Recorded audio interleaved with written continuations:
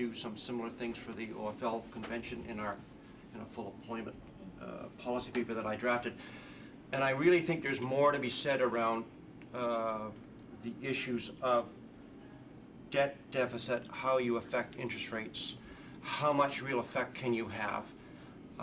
There are questions of reserves in the Bank of Canada and all those kinds of things which I think are useful. But I think another area that is in some ways beyond this workshop's jurisdiction, but in another sense has to be integral to it, and that is what other components of an action plan do we have here? The issues of fear have come up, issues of hope have come up. I think we are, at least in Ontario, in a situation in which there is not much use talking to this government in any place but the streets. And so, to me, the interest of fear relates to the question of social forces and how do I begin to change them. I don't think an alternative budget will change them. I think it can give us some direction and our activists some direction. I think we are going to need more things like the London shutdown. Now, I don't want to get into a question about where is next, or should we get in next, because, but it's not, you know, as a staff person, that's not my jurisdiction. That's going to be up to the trade union leadership and what members want. All I'm saying is that as an example of how you begin to counter the powers that be, that is one of them. And that's also a way that you counter fear. And if you can counter fear and then have, at least in my view, an alternative budget to provide some alternative direction, then you can begin to move it. And if we don't kind of put that social forces kind of perspective into our alternative budget, I just don't think it's going to go anywhere. And so at some point I'd like to address that. Thank you. Far before we get in trouble, and what kind of trouble would we be in if the dollar went so far?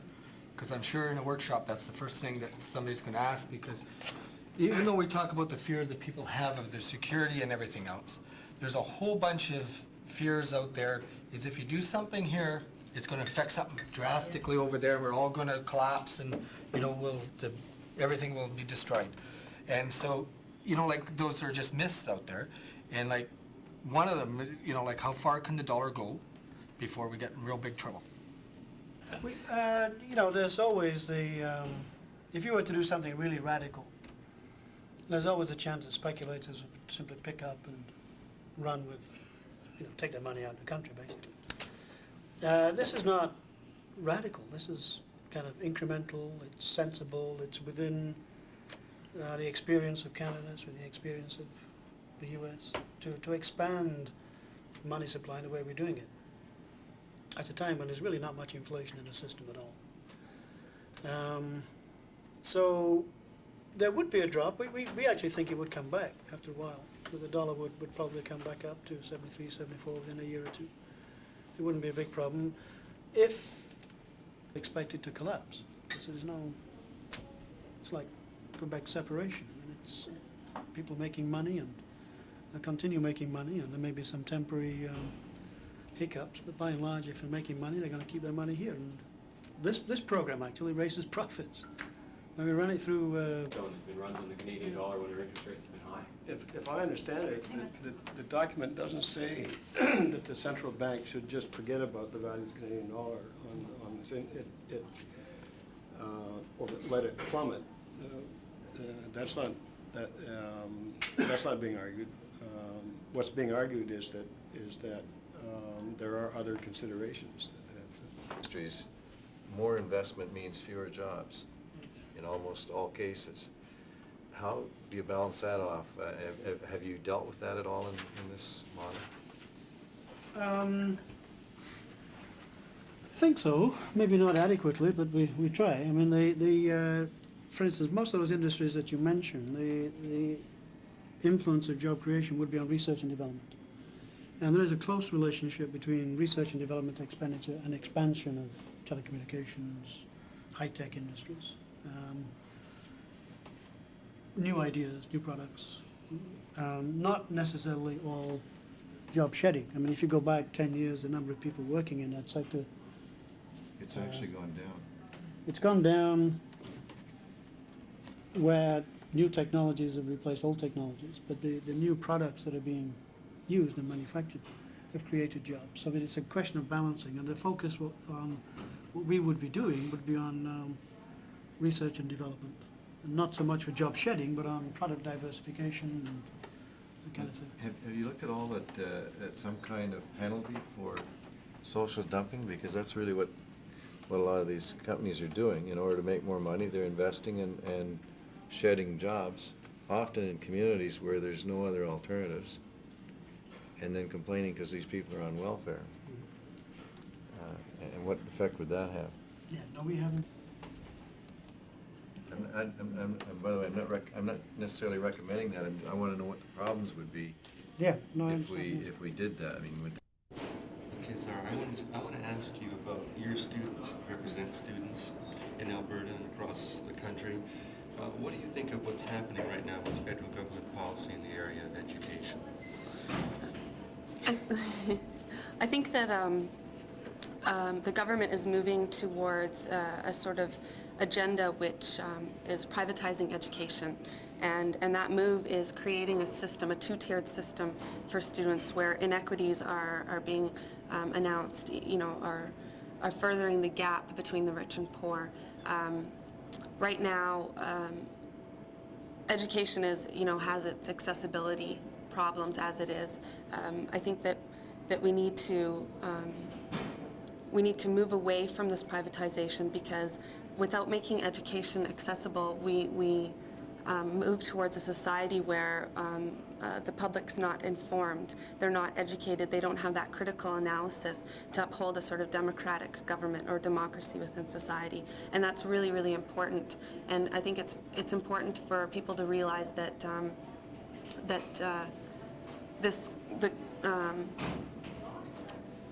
your time. You can start that part again if you want to. Okay. Individualism is not the answer.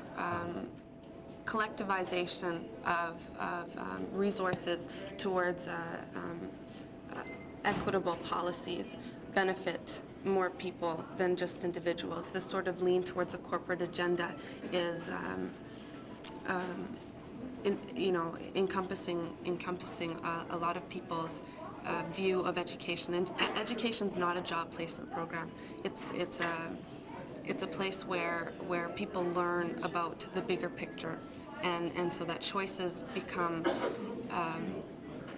not part of a small world, but a global world. People recognize the impact of the choices they make. So do you feel that government policies as they are now are leading towards that end, that it's just education for jobs and that's it? How is that playing itself out? I think so. I think that, there isn't really a sort of a job environment. Jobs are not available right now, and what's happening with education is it's becoming very elitist. And I think the more people, the more tiered the system becomes, where they're the elite, the few at the top who have an education are going to be the people that sort of rule the country on the basis that they have a very passive public, right? So. Can you talk about a couple of the policies that the feds have which lead to this privatization? The Canada Health and Social Transfer is the deregulation of national standards, and I think that by giving provinces more autonomy as far as post-secondary education is concerned is very dangerous, especially when there aren't those standards there. For example, in Alberta, this already with the healthcare system, the introduction of user fees and the same sort of move towards privatization of education is very dangerous and inaccessible to students, and it's just not just, it's not fair. Are you saying that the rich are going to get an education and the rest of us won't unless we pay big bucks for it? Yes, it won't be accessible. And I think it's already acting as a deterrent for a lot of people, that this whole idea that they'll be incurring a huge debt. You know, even if people do want to take on such a debt load, it becomes very high risk. And so people are more inclined not to get a post-secondary education. What's your, say if you're speaking to a guy in a shop floor of a factory who wants to send his children to university, what's your warning for that person, for that woman?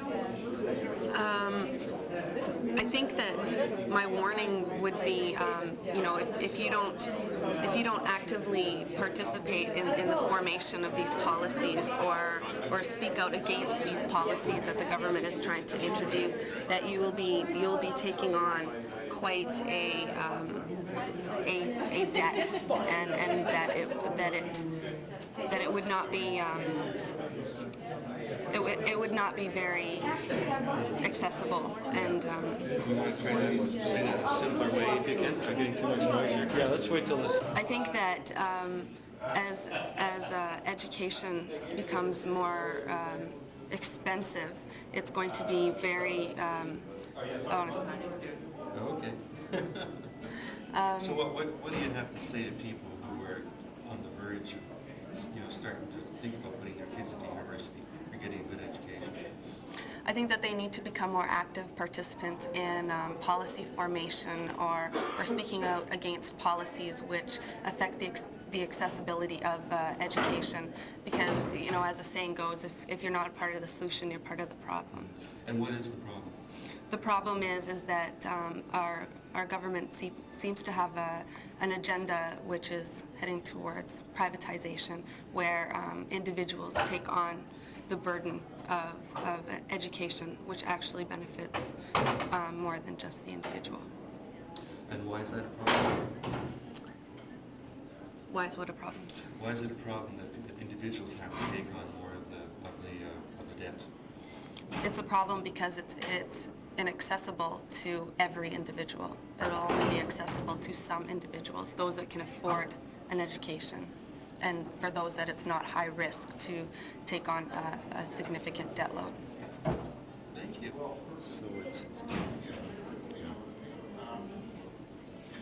So Dave, the kind of burden that Canadians have had to face in terms of taxation has shifted over the years. Can you respond to that? Yeah, that's the trouble. We're being forced to bear an ever bigger share of the tax burden.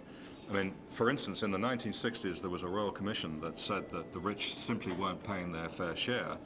But at that time, they were paying 20% of the total tax revenue. Now they're only paying 7%. Where's the justice? Okay, Dave, I want you to give me a comment on the share of the tax burden that corporations have had over the years and how that's changed. Okay, yeah, the trouble is this, that we're being forced to bear an ever bigger share of the total tax burden. I mean, for instance, in the 1960s, there was a Royal Commission that said that the rich weren't paying their fair share, and then they were paying 20% of the total tax burden. Now they're only paying 7%. So where's the justice?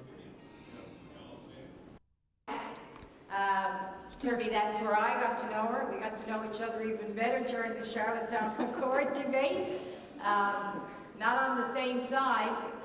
Doesn't mean we're not still sisters in the struggle, which is one of the things, again, I think the progressives can teach the rest of the world in terms of how well we all work together.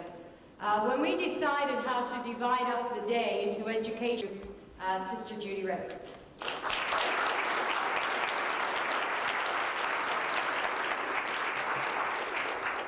Bonjour, je vais commencer en français. Je dis d'abord que je suis très contente d'être avec mes amis. Je ne me sens pas très confortable de faire un discours en français, surtout parce que quelques personnes m'ont dit qu'il faut rev people up. Donc c'est très difficile de faire ça en français pour moi. So I'm going to pass to English with my apologies. I guess I want to start. I have a voice in the national media, and there's very few people on the left who do.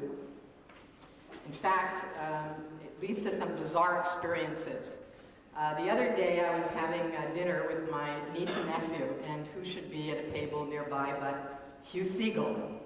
Hugh Segal, for those of you that don't know who he is, used to be the executive assistant, I guess, the chief of staff of Brian Mulroney. And that's how I first met him.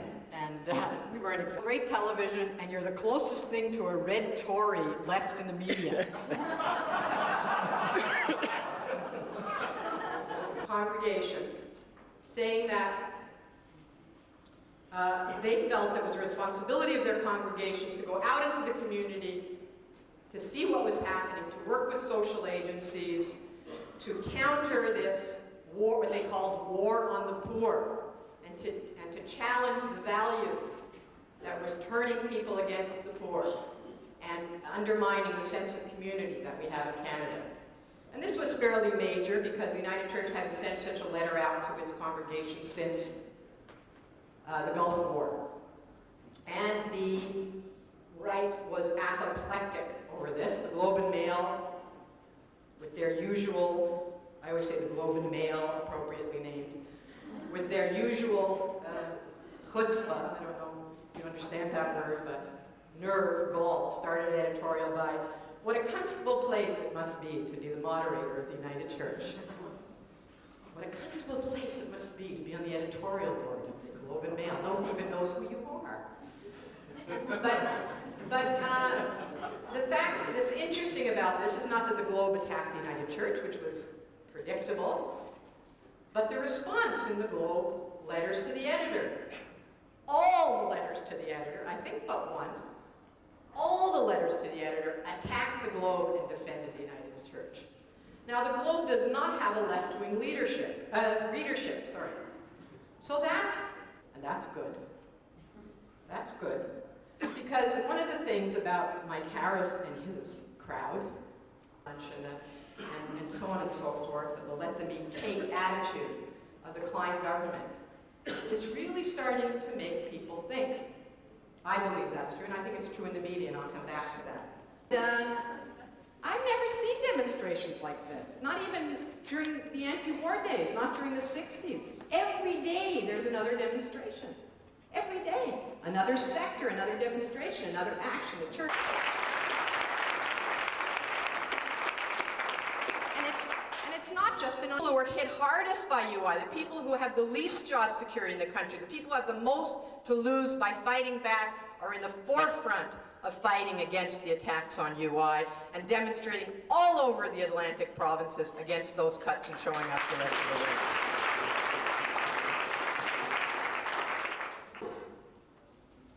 It's an attack on values, and they convinced people that the only way to survive is to take care of me and mine, take care of my own family, because no one else is going to take care of me, of us. And so I got to hunker down and protect myself. And that sense of hunkering down is very profound right now. That sense of the only way you can survive is by being careful. And so part of what I want to talk about is how to challenge that. How to convince people, and we can only do it in my view, ruling class, the elites, which is a word that the media accepts better, but it's the same thing. That fear only benefits us, it doesn't benefit the majority. Okay. Okay, Cindy, I'm going to ask you, why an alternative to the budget? Why do we need such a thing in our country? Okay. I've just asked you. Cindy, why do we need an alternative federal budget in this country? Well, I think for a few reasons. We've been told for a number of years now that there aren't any alternatives to getting the debt and the deficit under control, that we've been overspending on social programs, we're mortgaging our children's future if we keep going at this rate, and we're going to bankrupt the country.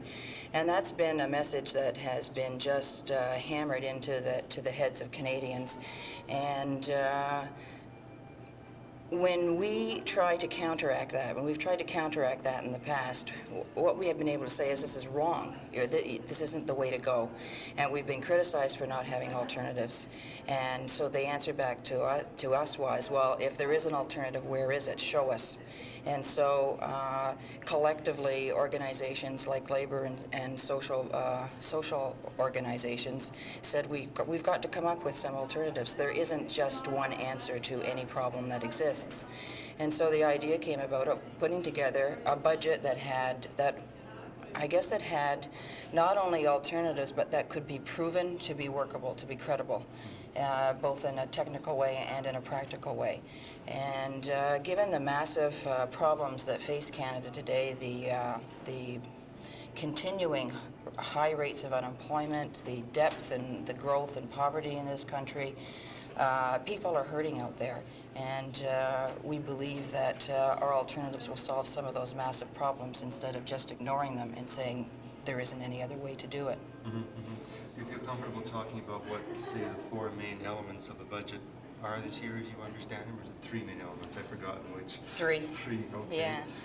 Yeah. Well, just briefly, the most important part of the budget is ensuring that the economic approach we take is credible and sustainable. And we believe that by making different economic choices in terms of economic policy, that you can generate, one, jobs, and that you can generate the kind of revenues that are needed to sustain the social network. At the same time, those economic policies have to show Canadians that they are realistic choices when it comes to also dealing with the debt and the deficit. And the technical side of our budget and the economic policies that we have chosen in our budget actually will show that it is possible to create the kinds of jobs, the kinds of revenues that are needed and still reach the same debt and deficit reduction targets as the federal government has chosen to follow. And we believe that since you can do that, why not? Mm-hmm.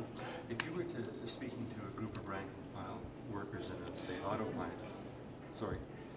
I only got to the first part. Oh, I'm sorry. Keep on going then. Yeah. Yeah. So leading from that, if you can show that there are revenues that can be used to sustain the social security system, the second most important part of the budget is developing the kinds of programs that we think would meet Canadians' needs. We have said in the budget that the programs as they exist today may need some modernizing, may need some changing. We're prepared to do that. And the third part of the budget is how do you raise the revenues, and that's where the taxation measures come in. And the proposals that we make in the alternative budget we believe are fair and progressive. On the question of taxation, do you feel comfortable telling us what some of the main elements of that taxation policy would be? Oh, okay. No. Then let's ask you something else. Okay. On the process, how did you find the process? Was it satisfactory to you, and how did the process work? Just not in great detail, but just sort of in broad sketches. Sure.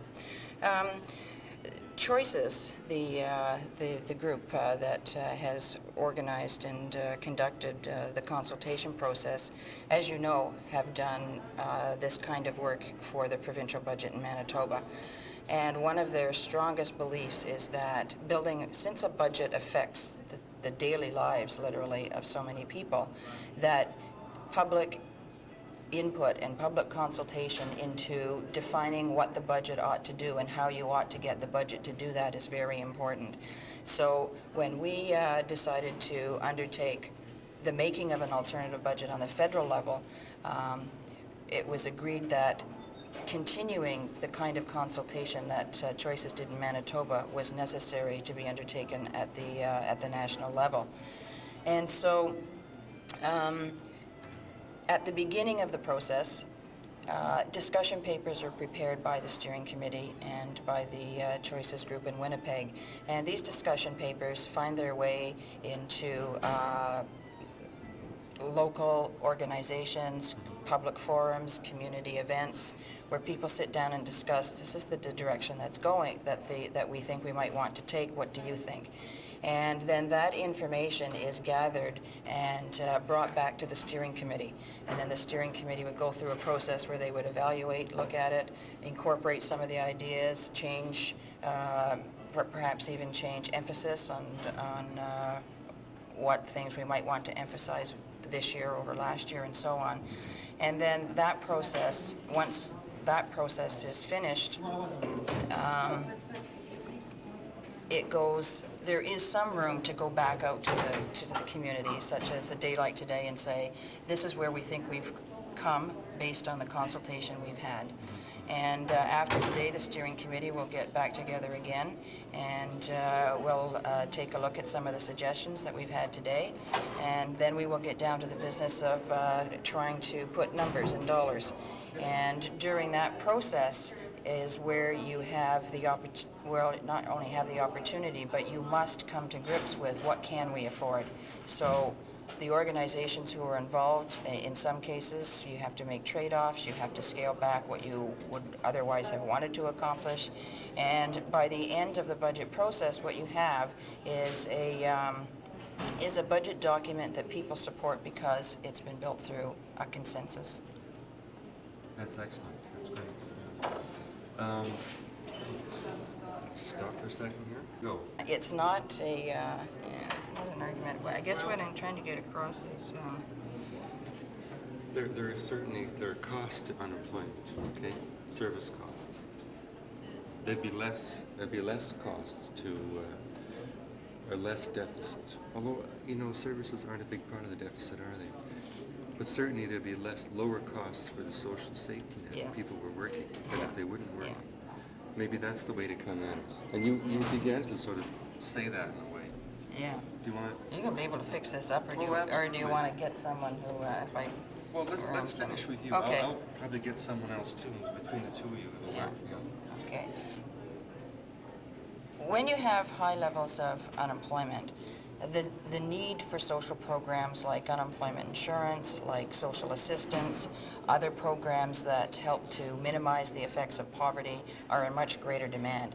That in turn costs the government more money, while at the same time, higher numbers of unemployed are causing the government's revenues to decline. So it's kind of a catch-22 situation.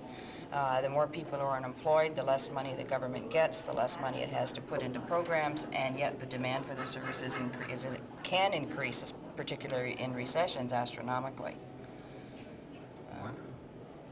That was good. What would be the arguments you would give? I guess what I would say is that since one of the major focuses of the alternative budget is its emphasis on job creation,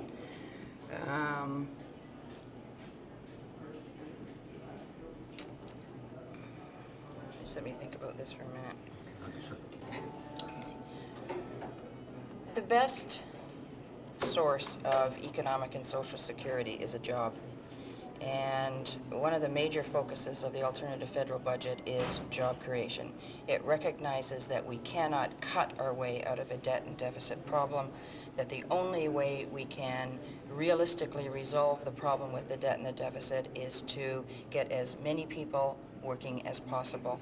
And in that way, not only will we have a healthy economy, a growing economy, a productive economy, but we will have an economy that can support the kind of supports we need at times when things are more difficult. I think that one of the things we don't talk about is economic and social rights. Canadians, people around the world, everyone has certain social and economic rights. You have the right to have a job. You do have the right to have food, clothing, a home. You have the right to have some security in your life. And what the federal government has been doing is robbing people of their economic and social rights, and they just expect people to take it. And it's time to fight back, to say, no, we're not accepting this. We have these rights. We know how we can give ourselves these rights, and we're prepared to do it. Perfect. That was wonderful. I was cringing because the battery was running out. Francois, tell me, why do we need an alternative budget for this country? Well, I think the alternative budget is really about more than numbers. And I think for so many years, people have seen budgets as dealing with numbers and something for business leaders. And I think by putting forward an alternative budget, we're going to prove once and for all that we are able to deal with budget, because budgets are about our country. What kinds of things are we responding to, though, in an alternative budget? I mean, there must be a reason why we're trying to popularize these major decisions that governments have to make about our lives. I think more and more people realize now how much the budget is important in their lives, and how much the Minister of Finance is controlling the agenda for the country. And I think by putting forward an alternative budget, we can prove that the objectives of our country should be to look after people, create jobs, look after good services, really look after communities and building bridges, not only actually between provinces, but among the community, the families, and really build a sense of nation. And I think the alternative budget will do just that. What are some of the problems that we're responding to here in an alternative federal budget? Say unemployment, Medicare cutbacks, and all that. I think that we have come to realize as a nation that there's no quick fix solution for deep problems such as unemployment and healthcare services being destroyed. But I think now we're proving that we can move in the right direction in really bringing back good services, be it the public service, healthcare, that we can care about people who are actually facing unemployment, facing poverty. And I think the alternative budget is really